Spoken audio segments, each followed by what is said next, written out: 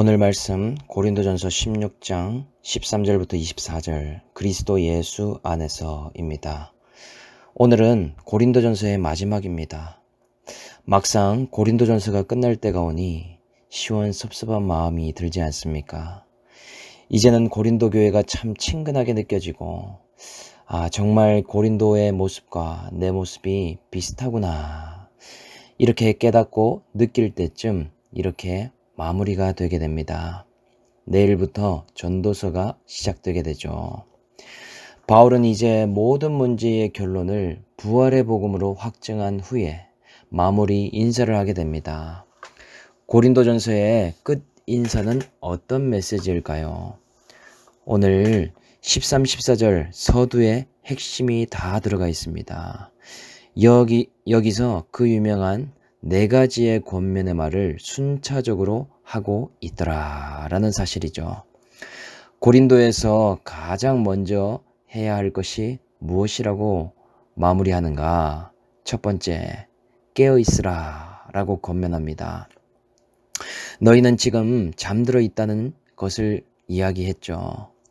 아무리 외치고 소리쳐도 잠들어 있는 사람에게 그 외침이 들릴 수 있겠습니까? 알람이라도 꺼버리고 잠에 취해 있으면 더 귀를 닫고 못 듣게 되어 있는 것이죠. 아무리 앞에서 많은 편지해도 꿈쩍하지 않을 것을 알기 때문에 가장 먼저 해야 되는 것이 너희는 깨어나야 된다.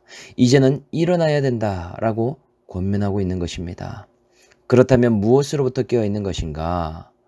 마치 소돔과 고모라의 후속편과 같은 고린도의 죄와 우상 가운데 너희는 깨어있으라.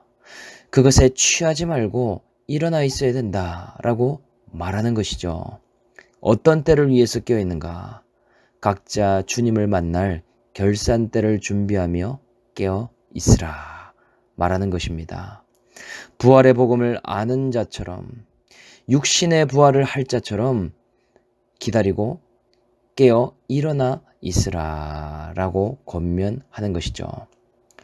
그렇다면 깨어났다면 두 번째는 믿음 안에서 굳게 서라 라고 권면합니다. 이 믿음은 무엇에 대한 믿음인가? 복음에 대한 믿음이죠.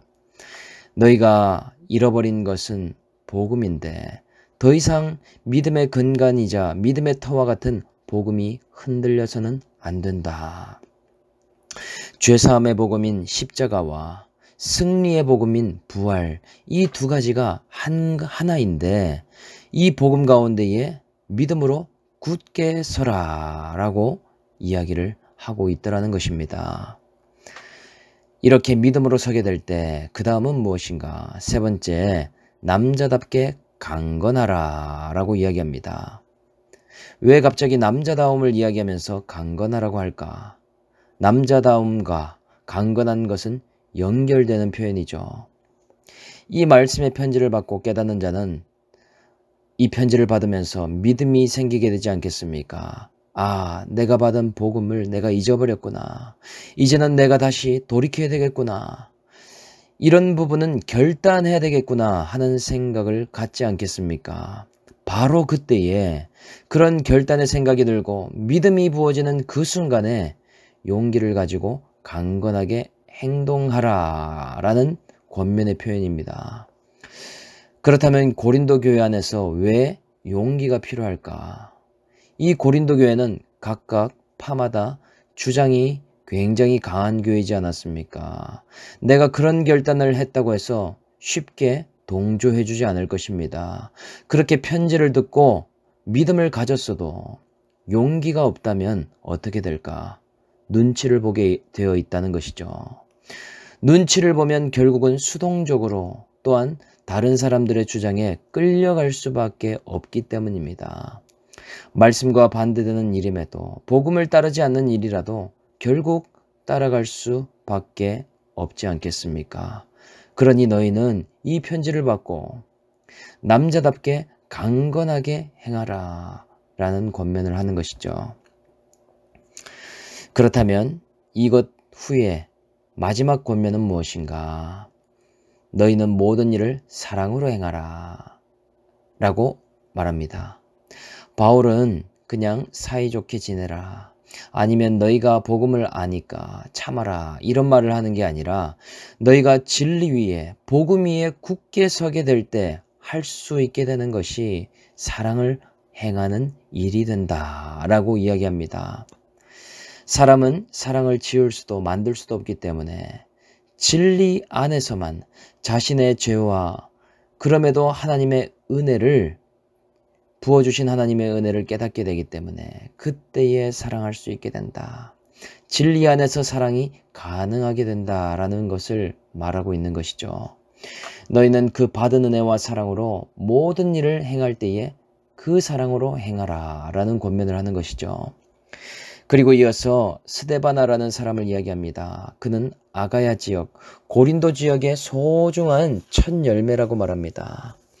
그가 성도를 섬기기로 작정한 사역자로 서게 되었는데 너희가 그 일을 아는데 주의 일에 함께 일하며 수고하는 모든 사람들아, 너희는 그를 존중하고 존경하며 또한 순종하라라는 권면을 하고 있습니다.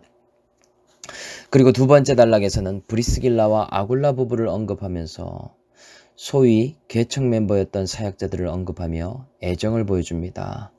구체적으로 상대의 이름을 불러주고 수고를 인정하며 서로 무난하라라고 권면하고 있죠. 내가 받은 사랑이 또한 구체적으로 표현되지 않는다면 무난하기가 어렵지 않겠습니까?